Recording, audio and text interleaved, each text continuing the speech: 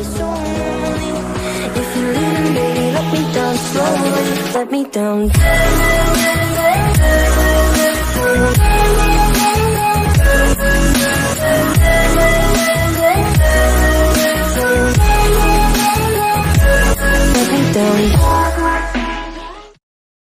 Energi terutama ketika dia memberikan pukulan Dragon Ball di akhir itu hampir membuatnya terbakar.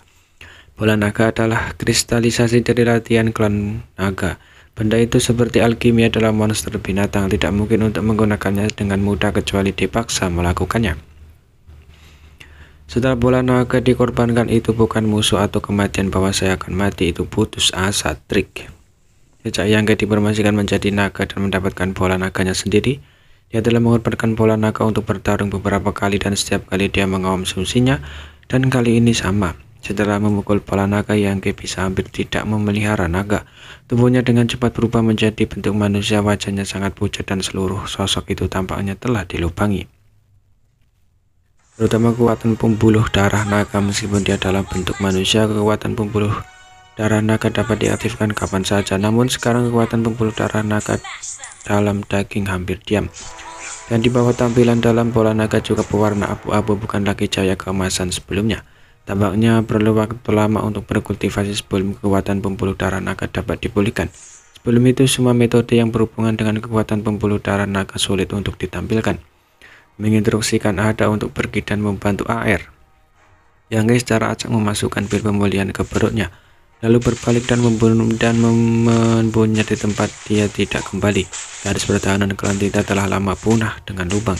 Setiap posisi di medan perang adalah situasi di mana ras manusia memiliki keuntungan besar. Di bawah kecemerlangan teknik rahasia dan harta sebagian besar klan Tinta layu, kemenangan umat manusia telah ditetapkan dan yang kurang sekarang hanyalah waktu untuk menyelesaikan perang ini. Dalam sekejap Yangke melewati garis pertahanan dua suku manusia dan Tinta dan langsung jatuh ke celah yang tidak bisa kembali. Ketika hukum ruang naik turun, sosoknya tiba-tiba berfluktuasi dan dia pergi kemana-mana tanpa kembali ke jalur. Di mana-mana sebagian besar sarang tinta dihancurkan. Awalnya ketika ada air masuk dari wilayah udara, mereka menyebabkan kerusakan skala besar pada sarang tinta yang tidak kembali. Namun karena banyaknya sarang tinta klan Tinta, masih ada banyak yang tersisa. Mengikuti tindakan Yangke, semua sarang tinta yang masih hidup telah dihancurkan. Jika ada Raja Semu yang menjaga tempat ini, mungkin ada bisa menghentikannya satu atau dua. Tetapi di bawah pengiriman Monaye, semua Raja Semu telah pergi berperang dan semuanya tidak akan kembali kecuali beberapa orang Tinta yang telah melarikan diri kembali. Bagaimana mungkin ada orang yang kuat yang bisa melawan Yangke? Sebelum dan sesudah itu hanya sebatang dupa. Itu akan menjadi keberantakan jika Anda tidak kembali ke Bea Cukai. Semua sarang tinta, apakah itu Raja Master Domain atau level Tuan, dihancurkan dan tidak ada apa-apanya. Tetap bahkan mereka yang melarikan diri, orang-orangmu juga terbunuh dan terluka. Yangke terus berlari dan menghilang di suatu tempat di medan perang. Monaye dan Michinglun masih dalam konfrontasi terus-menerus. Adegan ini sangat tidak menguntungkan bagi Monaye. Menurut alasan, promosi Monaye menjadi raja membutuhkan waktu ratusan tahun di pagi hari dibandingkan dengan promosi Michinglun ke peringkat ke-9. Dan latar belakangnya harus lebih kuat beberapa, tetapi sebenarnya dia benar-benar ditekan oleh Michinglun. Situasi seperti ini akan terjadi tentu saja karena berbagai perubahan besar di medan perang yang menyebabkan Monaye merasa tidak nyaman. Terutama letusan mendadak Yangke dan kematian Dewa Rasa Hitam dalam pertempuran, semua berdampak besar padanya. Seperti Michinglun, orang tua yang berbahaya dan licik secara alami dapat memanfaatkan peluang dengan baik, menciptakan dan memperluas sedikit keuntungan dan secara bertahap membentuk situasi saat ini. Tentu saja dengan basis kultivasi Michinglun saat ini, bahkan jika dia berada di atas angin, tidak mudah untuk membunuh Monaye. Bahkan dia harus sangat berhati-hati untuk menghindari serangan balik Monaye. Ini adalah pertempuran yang kuat dan siapapun Ruam dapat menyebabkan perubahan hasil. Jadi Michinglun tidak berani gegabah sejak konfrontasi. Dia telah berjuang dengan mantap dan tidak pernah serakah untuk kemajuan yang berjasa. Namun pada saat tertentu serangannya tiba-tiba menjadi ganas. Pada siang sama, Monaye dengan tajam memahami salah satu kelemahannya. Setelah beberapa saat ragu, sosoknya yang membusuk tiba-tiba bergegas ke depan, mengambil keuntungan dari celah teknik rahasia Michinglun. Dia meledak dengan pukulan. Michinglun tiba-tiba menunjukkan kepanikan di wajahnya. Dia secara naluriah ingin melawan, tetapi sudah terlambat. Melihat pukulan ini, dia akan memukul kepala Mi Jenglun, tetapi tubuh Monai tiba-tiba menjadi keras dan membeku di tempat seolah-olah dia telah membaca mantra tubuh. Tinjunya berjarak dari satu kaki dari Mi Jenglun dan tinju yang kejam menyerang bagian lawan dan membunuhnya. Dan wajahnya gemetar menghadapi ancaman kematian. Kepanikan di mata Jenglun menghilang digantikan oleh tatapan yang dalam. Tentu saja Monai menjeringi pada Mi Jenglun, tapi bukan ini yang dia katakan padanya.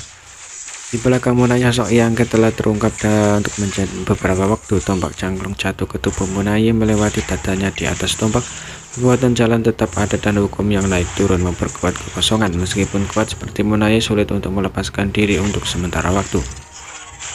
Tiga pria kuat dari dua ras manusia dan tinta diatur dalam garis lurus dalam kehampaan. Yang Ke di belakang, Monai di tengah, dan Mi Jenglun di depan terdiam beberapa saat. Setelah beberapa lama, Mi Jenglun berkata, "Kamu lihat, itu adalah tipuan untuk memikat musuh. Ini bukan masalah tapi fakta." Yang Ke tidak kembali ke celah ketika dia bergegas untuk mengirim suara kepadanya. Jadi dia tiba-tiba mengungkapkan cacat, yaitu untuk menarik Monai untuk menyerang dan kemudian menciptakan kondisi yang menguntungkan untuk serangan diam-diam Yang Ke. Semuanya berjalan lancar dan serangan menyelinap Yang Ke juga sangat sukses. "Jadi apa yang kamu lihat?" Senyum pahit muncul di sudut Monai. Mata Jenglun berkedip dan dia sedikit mengangguk. "Ya, kamu tidak punya pilihan." Bahkan jika dia melihat bahwa itu adalah trik untuk memikat musuh, Monai hanya bisa bergerak, berharap untuk melakukan atau membunuh Mi Jenglun sebelum diserang. Dengan cara ini, bahkan jika dia mati di sini, itu tidak akan kalah. Tentu saja dia juga dapat memilih untuk menghindari serangan diam-diam Yang Ke, tetapi Yang Ke dan Mi Jenglun harus bergabung untuk menyerangnya, dan itu akan sulit untuk dilawan. Jadi dia tidak punya pilihan sama sekali. Yang Ke meringin kepalanya melihat ke atas Monai dan memandang Mi Jenglun. "Saudaraku, itu terlalu berbahaya." Dia menyuruh Mi Jenglun untuk bekerja sama dengannya, tapi pihak lain menggunakan metode berbahaya seperti itu yang menyebabkan Yang Ke ketakutan. Jika dia menembak pukul malam hari, Mi Jenglun pasti akan dipukul dengan keras. Mi Jenglun berkata dengan acuh tak acuh, kekayaan dan kekayaan berada dalam bahaya. Yang Ke menghela nafas. "Aku tidak tahu harus berkata apa." Mi Jenglun tidak diragukan lagi, sangat mempercayainya. Tetapi dia tidak tahu bahwa setelah pertemuan pertama dia telah mengkonsumsi terlalu banyak. Meskipun dia pulih sedikit saat menghancurkan sarang tinta tanpa kembali, tetapi waktunya terlalu singkat untuk memulihkan beberapa banyak tenaga. Jika dia hanya menembakkan satu tembakan, dia harus kehabisan bahan minyak paling banyak 2 tembakan. Jadi jika Monai menghindar serangan diam-diamnya, itu akan sedikit sulit untuk dihadapi. "Kakak yang sebelum mati, aku punya sesuatu untuk ditanyakan." Monai berdiri dengan tenang tanpa ada niat untuk melawan, berbicara pelan dengan membelakangi Yang Ke. Yang Ke mengangkat alisnya. "Jika Anda bertanya, saya mungkin tidak menjawab." Monai terus memusam dan berkata, "Manusia, bagaimana Anda menemukan bala bantuan keluarga Mogu?" Meskipun dia berspekulasi bahwa ras manusia pasti telah menemukan bala bantuan dari ras tinta yang telah bergegas ke Great Forbidden on the First Day, jadi dia tidak sabar untuk memenangkan tanpa kembali, dan dia tidak ragu untuk membayar lebih mahal harga dan lebih banyak pengorbanan untuk ini. Tetapi saya selalu bertanya, bagaimana ras manusia memiliki wawasan tentang masalah ini sehingga batas mereka sendiri. Tetapi masalah menembus batas tidak begitu mudah. Berkali-kali itu tergantung pada kesempatan. Mungkin saja sebuah pencerahan atau pencerahan peristiwa tiba-tiba, atau perjalanan panjang yang mudah didapat. Di antara jenis peluang ini, tidak peduli apa peluangnya, itu akan memicu gejolak suasana hati dan kemudian mempengaruhi momentum terobosan. Karena kemenangan Teran ini, Zhang Wu memiliki kesempatan untuk mendobrak ranah. Dia bisa melakukan ini tidak masuk akal jika bibit bagus lainnya sudah cukup terkumpul. Itu sebabnya Yang Ke membuat kesimpulan seperti itu. Seolah-olah untuk memverifikasi dugaannya, suara menjadi pendek dan di arah lain kejutan Qi yang serupa datang. Peringkat ke-8 ras manusia kedua yang merasakan kesempatan untuk menghancurkan dunia muncul. Luo Tinghe menoleh dan melihat ke semua, dan berkata dengan riang, "Ini dari tentara api merah. Aku akan pergi ke sana."